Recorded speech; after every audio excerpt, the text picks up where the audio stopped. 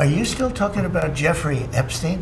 La liste des clients du prédateur sexuel Jeffrey Epstein, c'est le sujet du moment aux États-Unis et Trump pourrait bien perdre ses partisans les plus déterminés à cause de cette histoire. Pendant sa campagne, il s'était engagé à déclassifier plusieurs dossiers sensibles, dont le dossier Epstein, qui était très réclamé par sa base. Sauf que, petit problème, il y a de grandes chances que Trump soit sur cette liste, vu qu'ils se sont fréquentés pendant de nombreuses années, qu'il y a 2-3 photos d'eux ensemble, et que Trump lui-même a déjà déclaré « Epstein est un mec génial, et on dit même qu'il aime les belles femmes autant que moi. » Et beaucoup d'entre elles sont plutôt jeunes. En février 2025, Pam Bondi, la procureure générale, avait affirmé que cette liste était sur son bureau, ce qui avait déclenché beaucoup d'attentes et de spéculations sur les noms qu'on risquait d'y trouver. Ensuite, Elon Musk avait tweeté que Trump était sur la liste, mais le 7 juillet, la procureure générale et le FBI ont publié un mémo indiquant n'avoir trouvé aucune preuve d'une telle liste. Depuis, la base MAGA est en crise, beaucoup postent des vidéos accusant Trump de faire partie du complot pour protéger Epstein. Autre point sur lequel ses partisans ont des doutes, les conditions de la mort d'Epstein.